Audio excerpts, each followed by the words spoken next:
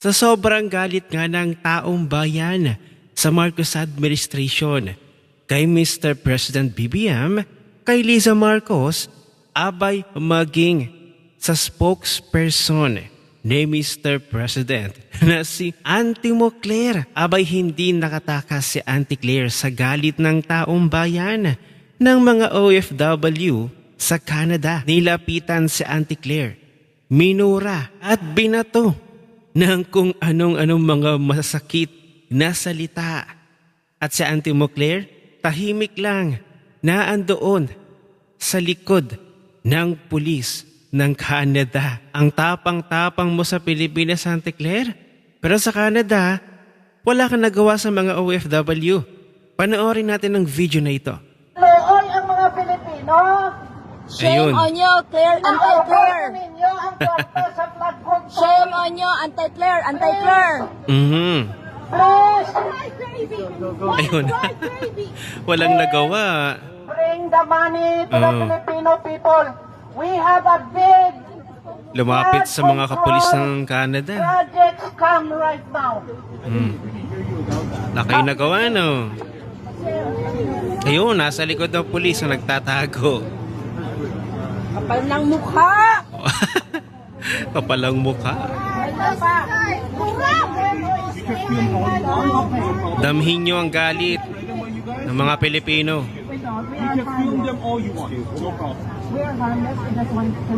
Harmless sila.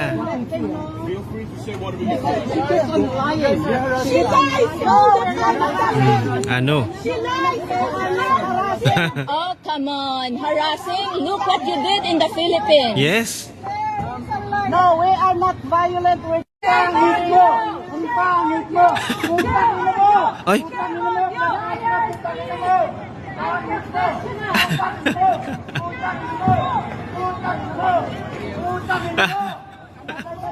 Ay! Grabe! Eh, Grabe yun, ang solid nun. Minaura sa Auntie Claire ng ating mga kababayang OFW sa Canada. At ang isa pang sinabi na masakit, ka na. Gaano kabigat yun, Diyos ko po. Ano, Auntie Claire? Alam mo na, ang galit ng mga Pilipino. Hindi ka kasi lumalabas sa mga kalsadahan, sa mga palengke. Auntie Claire, subukan mong lumabas, hinahamon kita. Lumabas ka ng palasyo.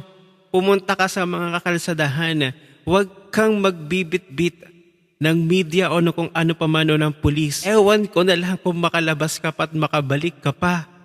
Sa galit ng taong bayan sa iyo at sa Marcos administration.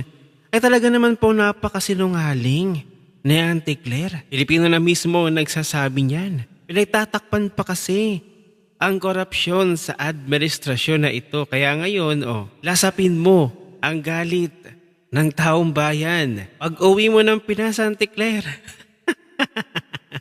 Sigurado magiging matapang ka na naman. Pero dyan sa Canada, wala kang nagawa. Ameme ka. Tahimik. Ilan pa lang yan, ha? Ilan pa lang yan mga kababayan nating OFW dyan sa Canada. Wala kang nagawa. Pagsama-sama pa ang mga Pilipino.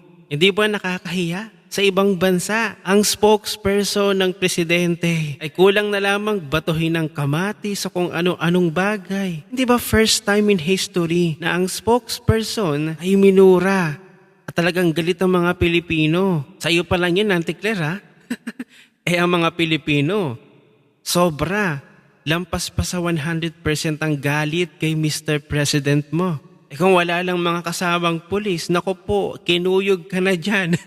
Ang tanong, aking manonood, deserve ba ni Auntie Claire ang dinaranas niya ngayon sa Canada na pinagmumura siya at binato ng mga masasakit na salita ng ating mga kababayang OFW sa Canada? At matungo naman tayo sa impeachment trial ni VP Sara.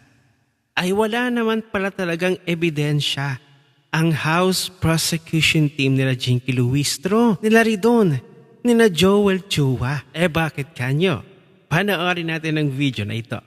Maniniwala ba kayo pag sinabi kong walang ebidensya ang prosecution kay Sara Duterte? Yes.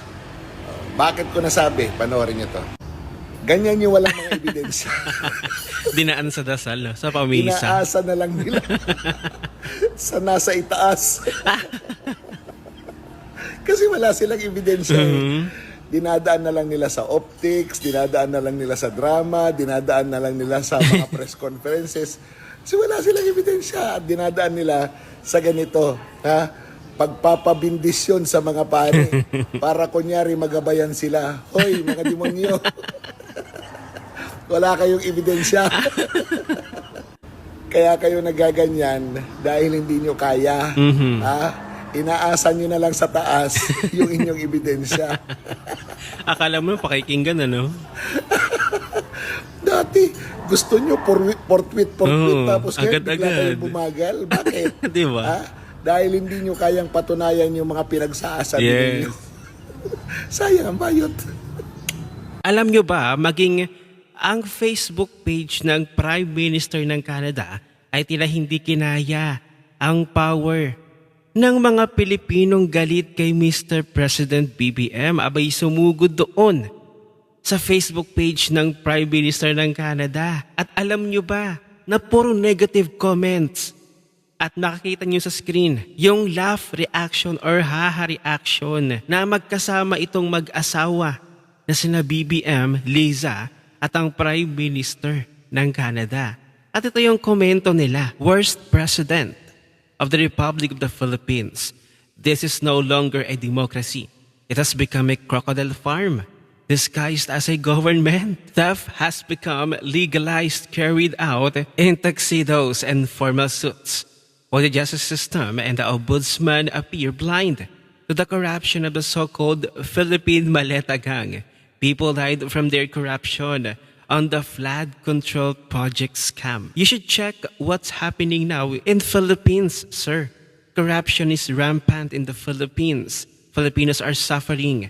We are thankful and blessed that we are here in Canada. The president currently holds a negative 15 net satisfaction rating. SWS survey March 2026. Majority of the Filipino people wants him to resign. A huge rally against his administration was ongoing in the Philippines when he left. But of course, he didn't care and still came to Canada. Holding on to power is more important than giving us, your people, what we want. We want you to resign, PBBM.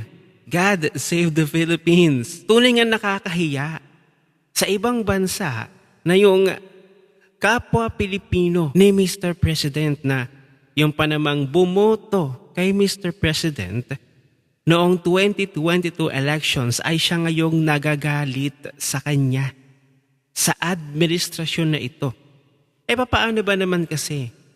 Noong 2022 elections ay maganda ang plataforma ni Mr. President. Nangako, nagpaasa ng mga Pilipino. At dahil na rin naman ibinoto si Mr. President dahil ang kanyang katandem ay si Vice President Sara na isang Duterte. Na maganda ang naging palakad noong mayor pa ito ng Davao City. Naging maunlad ang Davao City, na isang anak din naman ng dating presidente na si dating Pangulong Duterte, na kaya lang naman nanalo din. Itong si Mr. President ay dahil na rin sa mga botante at supporters ng mga Duterte. Kaya ngayon, yung nangyayari sa Pilipinas na pagbagsak ng ekonomiya ng Pilipinas, pagtaas ng presyo ng mga bilihin at kung ano-ano pang mga tumataas sa Pilipinas ay siya ngayong umaaray ang mga Pilipino. At hindi lang yan, ang flood control scam na bilyong-bilyong pondo para dito sa flood control ay kinurakot ng mga politiko na siyang kaalyado ni Mr. President di umano. Kaya ngayon nagagalit ang taong bayan ang majority ng mga Pilipino kay Mr. President. At kitang-kita nyo naman sa nagdaang pagbisita ni Mr. President sa Canada, kitang-kita nyo ang galit ng mga OFW sa kanila. Maging dito, sa kanyang spokesperson na si Auntie Claire. Ang tanong, deserve ba ni Liza Marcos, Bongbong Marcos at Auntie Claire Castro ang kanilang dinaranas ngayon na galit ng taong bayan na ipinapakita nila laban sa kanilang tatlo? Nasayahan ba kayo Ano ang inyong opinion? I-share mo na ang video na ito. Mag-iwan ng comment at like sa baba at magkita-kita ulit tayo sa susunod na video.